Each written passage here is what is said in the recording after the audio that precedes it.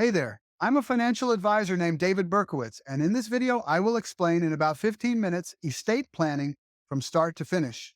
So, what prompted this video was that I gave a presentation. I went to a local bank and they asked me to speak to all of their vice presidents and above, and I did. I sat in the big conference room with all the vice presidents, and I had 30 minutes, and I said, guys, I only need 20 minutes. I'm going to tell you as much as I can about estate planning, throwing in some examples. I'm going to use a hypothetical couple and then we'll have some time for some questions that'll wrap up in 30 minutes. So here's what I told them. I said, I'm going to tell you a lot about estate planning. We're going to go chronologically. I'm going to use a hypothetical example. I may even discuss some examples that may affect your bank customers here. So I said, guys, here's the deal. Let's take a hypothetical couple. We'll call John and Jane, and let's say they have 4 children and an estate worth $2 million. I told them it doesn't matter whether the estate is worth $200,000 or $20 million. We'll use a nice round figure of $2 million because it's easy to do the math. I said the first thing that I'm going to do with John and Jane when they come into my office or have a Zoom call with me is to find out what, if anything, is most important to them. Are they trying to make things easy for each other? Are they trying to avoid probate so the estate gets settled faster and without the cost? Do they want to leave things to their 4 children in a certain way? Are their children minors? So there are all of those issues. Do they want to designate certain people to handle financial health care decisions for them if they're not able to handle things for themselves? We talk, and sometimes people say, well, we have this particular issue. And quite frankly, I told the group at the bank, I've been doing this for 34 years. I've been waiting to find the first normal family. I haven't found one yet because every family is unique and has its own circumstances that it wants to address. So, the first thing I'm going to do with John and Jane is find out if there's anything in particular that is really important to them and that they want to accomplish. Then we'll make sure we address that throughout the process.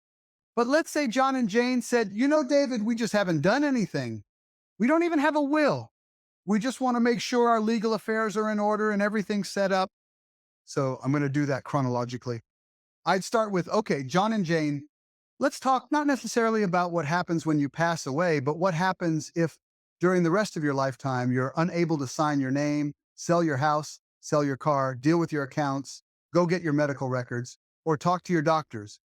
Let's talk about making it easy for the people you want to be able to do all of those things for you. So, John and Jane, if they're like most couples, will name their spouse as the first person they'll name. For financial purposes, this is called power of attorney, general power of attorney, or durable power of attorney. They'll likely name each other as their first. Some people call it an agent. I'll call it an agent.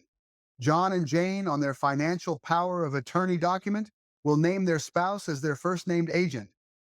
And then I'll tell them, you know what, if when you're incapacitated, your spouse isn't available to do things for you, who would you want that backup person to be? And they might designate one or more of their children, their adult children, as that alternate agent on their financial power of attorney. Then we go into healthcare matters. Who do you want to be able to talk to your doctors about?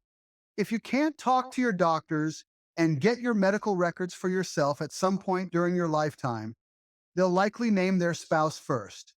Again, maybe an adult child or children can serve as the backup agent. To the spouse, we'd probably have a conversation about the living will or statement about life support machines because in America, you get the right to make your own medical decisions. And by signing a living will, most people look at that as they're relieving their loved ones from having to make that one difficult decision of removing life support if you have no chance of recovery. So when someone signs a living will, they'll sign a statement that says, if I'm in that state, something to the effect that if I'm in that profound vegetative state, no chance of recovery, machines just artificially prolonging the dying process, I'm making my decision now, directing my family and my doctors to honor my wishes, withhold or withdraw the life support machines, but provide me with enough medication to keep me comfortable. So that's the living will. We'd have that conversation. That gets them up to the point of what happens before you pass away. Now let's talk about when you pass away. Many married couples want to focus on what happens after both spouses pass away. I'd say, hold on. We first have to talk about what happens when one of you passes away. So I might say, you know what, John? You just told me you think you're going to die first. Most men do because they're usually a little older, and Well, men don't live as long as women on average. So let's talk about what happens, John, if you pass away first. But you know the same thing. What happens, Jane, if you pass away first? You told me you had an estate of $2 million. Let's call that $1 million each. Okay. John, if you pass away, we know Jane's got her million. What do you want to do with your $1 million? You have a couple of options there. One, you can leave what's called ownership of your $1 million to Jane. That way, Jane owns the whole $2 million. It may even be prearranged so that when Jane later dies, it goes to the children. That first option is straightforward to understand. I call it ownership to the spouse. If John dies, Jane owns the whole kit and caboodle. Some people perceive that as fair. That worries me because if John leaves everything to Jane, Jane either intentionally or unintentionally signs a new document later. She could exclude the children and the children never get a dime. Jane could leave things to her next spouse. Someone could influence her to sign something that excludes the children. So while leaving ownership entirely to the spouse is easy to understand, I said, John, you've got a second option. Again, you have your million, Jane has her million. So, John, the second option is when you pass away, Jane still has her million. Your million, John, goes into a trust, and maybe Jane could be the trustee. And maybe Jane would be entitled to take distributions from that trust. And then when Jane dies, whatever is left in that trust that you left, John, automatically reverts to your children. Jane can't redirect that trust to other people. So that gives John and your children some protection after you pass away to ensure they will inherit your estate or what's left of it after Jane dies. Then Jane can do whatever she wants to and leave her $1 million estate to whoever she wants to. So there are two options. One, John, leave ownership to her spouse, or two, leave your estate in trust for your spouse. That second option provides the children with some protection. Now, let's talk, John and Jane, about what happens after both of you pass away. There are lots of different options there. Let's say John and Jane want to treat their children generally equally. So we'd have conversations like John and Jane. Let's say when both of you pass away, you have $2 million. Do you want everything to go to the four children equally so that under that math, each child would get $500,000 and they can do whatever they want? Some people are good with that. Some people take it a step further because let's say John and Jane had their son, Johnny. Johnny's been divorced a couple of times and he's about to get remarried. And you know what? John and Jane don't like Johnny's future wife. So I might say to John and Jane, you know what?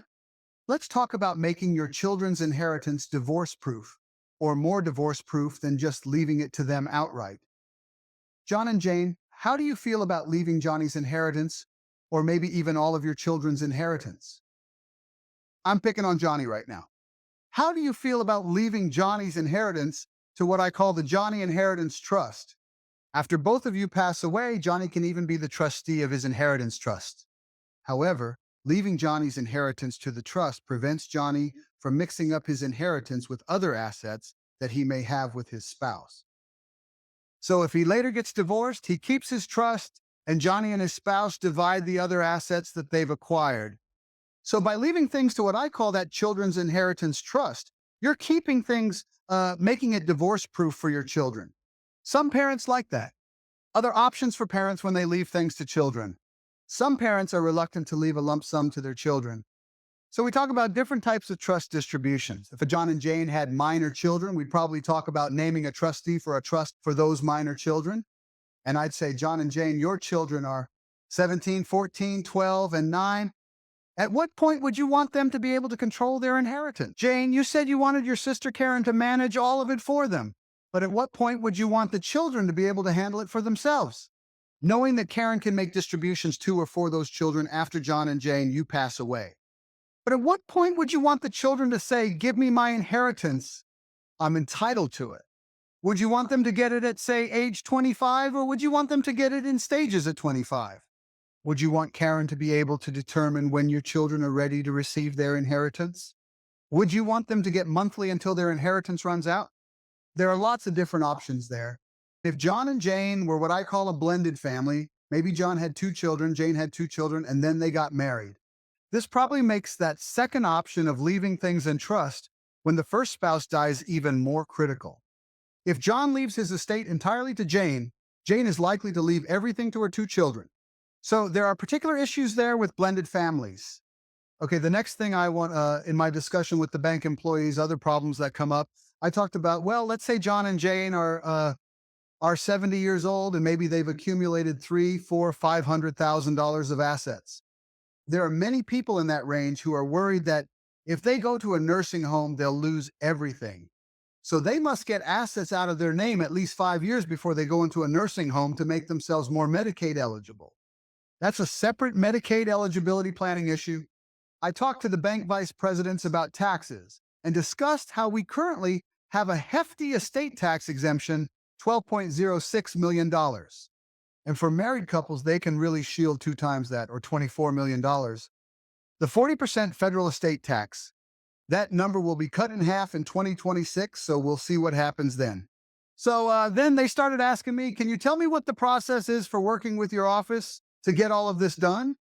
I say it typically begins with a Zoom call. You'll see a link to make an appointment. Make the appointment. We will have that first discussion. If you are ready, we will start the online process right then. If not, we will make another appointment.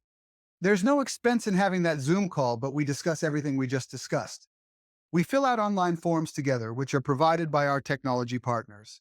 They will prepare all the legal documents, such as trusts, wills, powers of attorney, etc., send them to you, review them with you, and make sure they're perfect. Then they will work on making it official by getting everything appropriately signed. I also talked to them about two ways to do all of this. You can do it through what's called a will plan, or you can do it through a trust plan. Let's talk about the will plan for a moment. So John and Jane may have a will plan where they leave everything in their names. They structure their wills and structure how they want to leave things to each other and then to their children and who that executor will be when they pass away. The downside of doing all of this through your wills is that when each spouse dies, assets will be frozen, a probate proceeding will be required, and your survivors will have to hire lawyers to walk them through that court and attorney involved probate process. Many people perceive that as being very expensive and taking a long time. It's always thousands of dollars in months to years in length. So the other option, which many people employ, is for John and Jane to go with option number 2 instead of having a will-based plan where they have their wills, powers of attorney, and healthcare documents. Instead, they could create a trust-based plan where they have John and Jane Doe Living Trust with John and Jane as the trustees. The trust says while both of them are alive, they can do whatever they want to with all of the trust assets. The trust says when one of them dies, the surviving spouse stays in control. After both of them die, then the trustee, maybe Johnny Jr., would be in charge of distributing the assets to the 4 children, following all of the trust instruments, the benefit of having the John and Jane Living Trust and having their home and investment accounts and other what we call probate assets retitled from John and Jane during John and Jane's lifetime from John and Jane to John and Jane as trustees of the John and Jane Living Trust is that when John and Jane each pass away, there's no probate. Things that are titled in the name of your living trust, they don't have to go through that probate process when you pass away. When John dies, Jane doesn't have to do anything. Then when Jane dies the next day, Johnny can start settling the estate outside of any court and attorney involved in probate. I told the bank audience that the expenses involved when someone creates that will-based plan are about $1,950 to set up the whole plan for the married couple, and that a trust-based plan is about $4,500. There could be additional expenses if real estate gets transferred to that trust, but the living trust plan eliminates those probate expenses. One, when each of John and Jane passes away, you could talk to 5 different lawyers and get 5 different answers about legal fees. I'm just giving you an example. That was the extent of my conversation with the bank vice presidents. Boy, they had a lot of questions and it went well. Some of them have already inquired about getting me to help them. And how do they get started with that initial Zoom call? If you'd like to initiate a discussion about an estate plan wherever you live in the country, click the link at the top of the screen in the upper right.